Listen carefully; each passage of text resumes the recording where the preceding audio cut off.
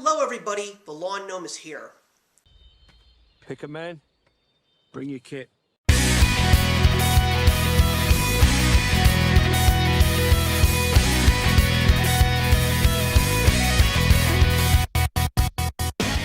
Welcome to the very first film review of 2020, and today I've got a movie that I know that every single one of you, if you've seen it, is talking about it, and those of you who have not are probably extremely curious with all of the praise that this new film is getting. And of course, that is the new Sam Mendes directed film, 1917, starring Dean Charles Chapman, George McKay, Richard Madden, Mark Strong, Colin Firth, and Benedict Cumberbatch. So, this of course, if you haven't realized, is the story of two British soldiers in World War I, and one of their generals gives them a very important mission to go through the no man's land to deliver a message to a troop that is about to attack the enemy at dawn. And they are just basically finding out that these troops are walking into a trap because the enemy is ready for them.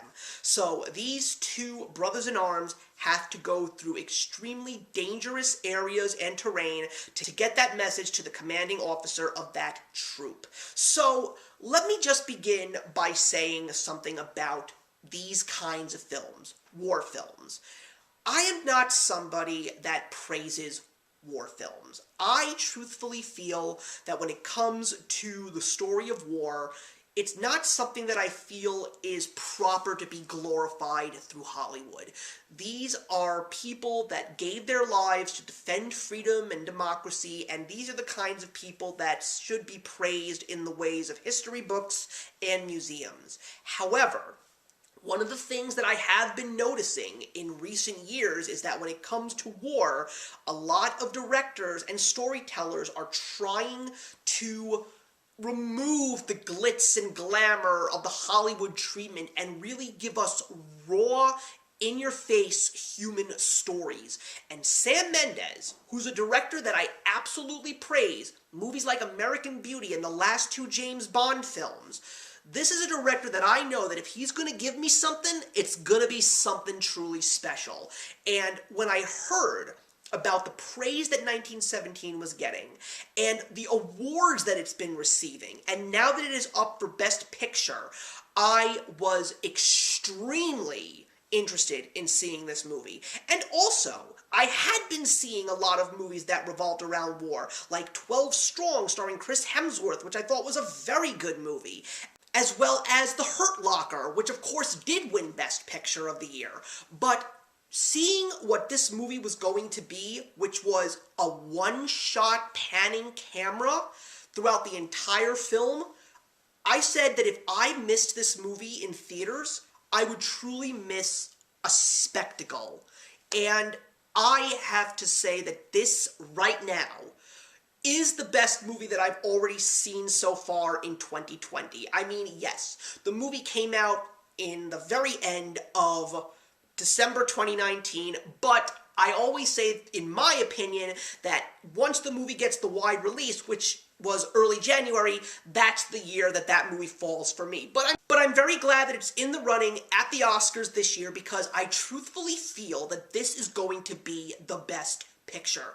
This movie was a revolution in filmmaking, and there was no pun intended because of the fact that the camera is constantly revolving around these two soldiers. But Sam Mendes puts you in the battle. You are following these two soldiers on their journey. It feels as if you are right next to them. It's very video game-esque, if you will, which I think is such a bold thing to give us. But what's so interesting about how this film is shot is that it really gives you the humanity and the raw emotion that these two soldiers have.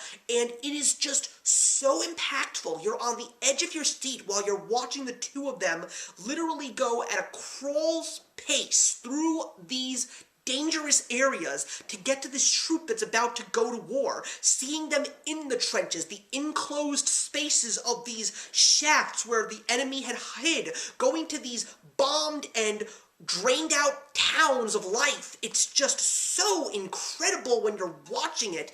And also, a fair warning, this, if you have motion sickness, may not be the movie for you to see in theaters, because my wife has a small case of motion sickness and she got very nauseous during this film, just because of the fact that you are constantly seeing everything going around. Not fast, but you're going underneath, on top, to the left, to the right, because it's a one-shot. It's very hard to give you a movie that's a one-shot deal without doing that. So, if you do have issues with spinning, you may not want to see this movie in theaters. There's also a great score from Thomas Newman. Definitely one of the best scores that I ever heard. It drives the movie, it plays on the emotions, and it's absolutely heart-wrenching when you're watching some of these events unfold.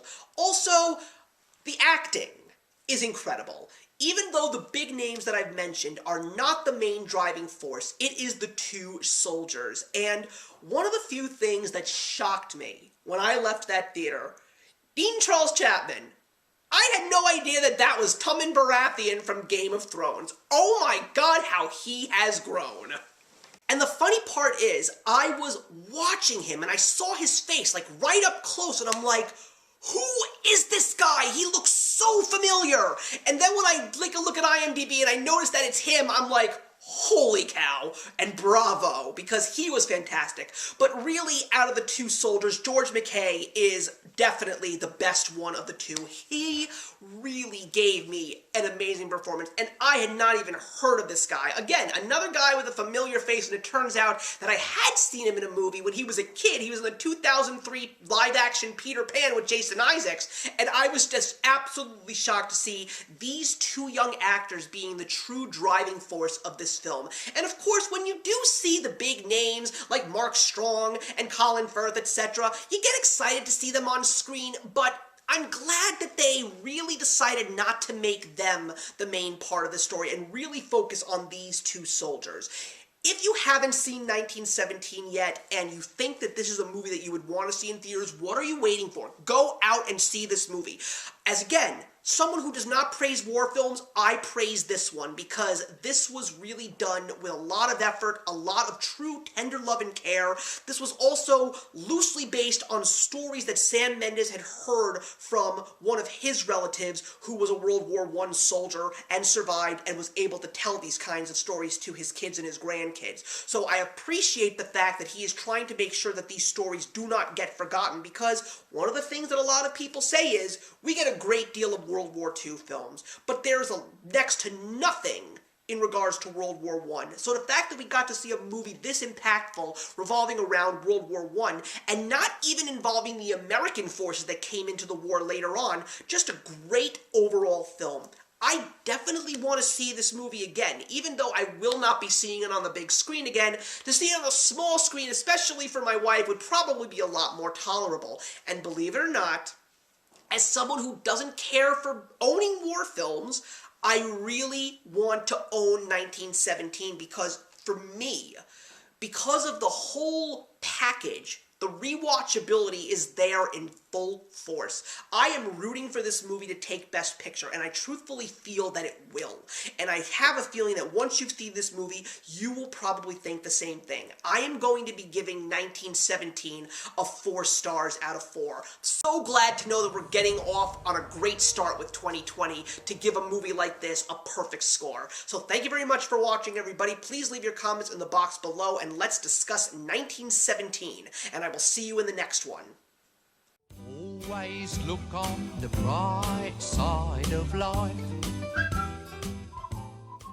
Hey, thank you so much for stopping by my channel today. If you're new here and want to see more of what my channel has to offer, please click on the link to my last video, or hit that subscribe button to be kept up to date with all of my uploads. Content of all sorts is posted here quite often, so trust me, you do not want to fall behind. I will see you in the comments, and actions speak louder than words.